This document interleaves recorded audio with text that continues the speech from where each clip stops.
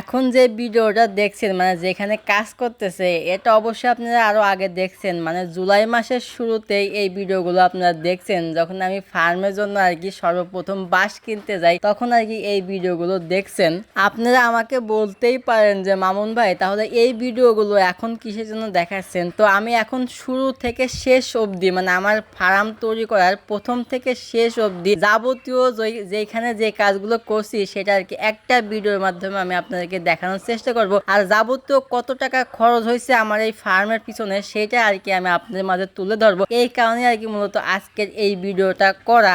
আমার ফার্মের পিছনে কোনটা কত টাকা খরচ হয়েছে সব হিসাব আজকে ইন টোটাল ভাবে দিয়ে দেব। তো সেটা দেওয়ার আগে আমি একটু আপনাদেরকে বলে রাখি, যদি আপনাদের নিয়ত ঠিক থাকে তাহলে কিন্তু এরকম একটা পর্যায়ে আর কি আপনারা পৌঁছাতে পারবেন। তো আমার নিয়ত ছিল যে আমি একজন খামারি হব। আমি এখনো সাকসেসভাবে খামারি হতে পারি নাই, কারণ কেবল তো আমি একটা ঘর দিছি। ইনশাল্লাহ আমি যদি এখান থেকে আরো বড় কিছু করতে পারি এবং আমি পরিশ্রম করতেছি করেই যাব, এখান থেকে আমার নিয়ত যে আমি একটা ভালো একজন খামারি হব এবং একজন উদ্যোক্তা হব। সবাই আমার জন্য দোয়া করবেন যাতে আমি আমার যে চিন্তা ধারণা সেটা শেষ পর্যায়ে গিয়ে যাতে আমি পৌঁছাতে পারি। এজন্য সবাই আমাকে দোয়া করবেন আমার জন্য। আমার ভিডিওর প্রথম যদি ভিডিওগুলো আপনারা দেখে থাকেন, মানে আমার যারা ভিউয়ার্স আছেন তারা অবশ্যই প্রথম ভিডিওগুলো দেখছেন। তখন আমি হাঁস লালন পালন করতাম, তখন কিন্তু আমি মুরগি এইভাবে লালন পালন করতাম না।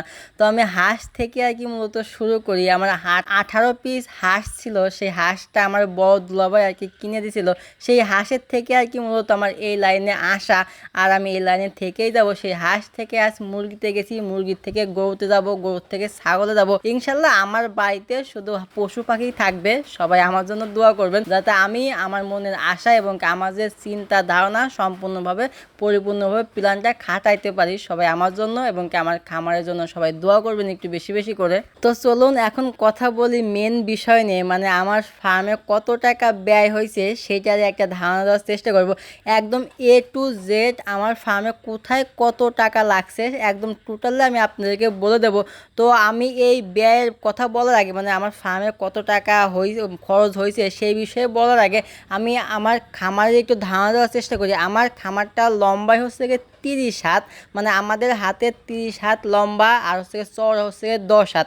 আর যদি আপনি ইঞ্চিতে আসেন তাহলে হচ্ছে 45 ইঞ্চি লম্বা এবং কি 15 ফিট চওড়া। এই হচ্ছে গিয়ে আমার ফার্মের আর কি মাপ। এখন আপনার স্কোয়ার ফিট কত হয় এটা আপনারা বের করে নেবেন।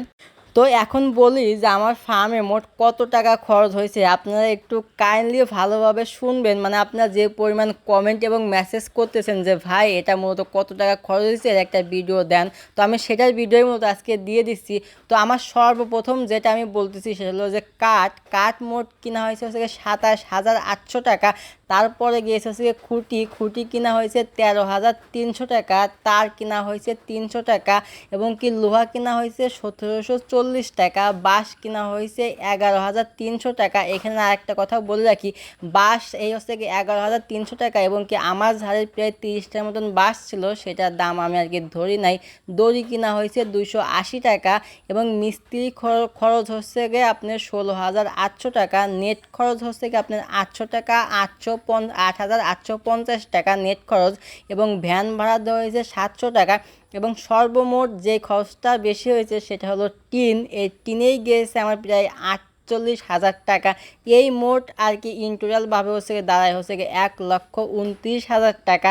এই সরাসরি মানে এক কথা এই 1,29,000 টাকা আমার কর করে নোট এটার পিছনে চলে গেছে। এখানে আপনারা বলতে পারেন যে মামুন ভাই আপনি এত কম টাকায় কিভাবে এত বড় একটা ঘর দিতে পারেন। সেক্ষেত্রে আমি একটু ক্লিয়ার করি, এখানে আমি যে পরিশ্রমটা করেছি সেটার টাকা আমি ধরি নাই, আবার আমাদের বাড়ি থেকে যে বাঁশগুলো দিয়েছি সেটার টাকা আমি আপনাদেরকে ধরি নাই। এখানে আরও কিছু টাকা অ্যাড হবে, সেটা হলো যে আপনি ধরেন যে আমার বাড়িতে 2-3টা করে মিস্ত্রি কাজ করেছে, তাদের খাবার দেওয়া লাগছে, সেটার টাকাও অ্যাড হবে। এক কথায় আমি যদি বলি আমার পরিশ্রম দিয়ে এবং আমার ঝাড়ের বাঁশ দিয়ে এবং ওনাদের খাওয়ানো দিয়ে সব কিছু মিলিয়ে প্রায় 2 লক্ষ টাকা মতন খরচ যাবে। তবে আপনি যদি পরিশ্রম করতে পারেন সেক্ষেত্রে 1,30,000 টাকা বা 29,000 টাকা বা 25,000 টাকা বা 35,000 টাকা এর ভিতরে আপনি এই 30 হাত লম্বা এবং 10 হাত চওড়া এই ঘরটা আপনি সম্পূর্ণভাবে কমপ্লিট করতে পারবেন।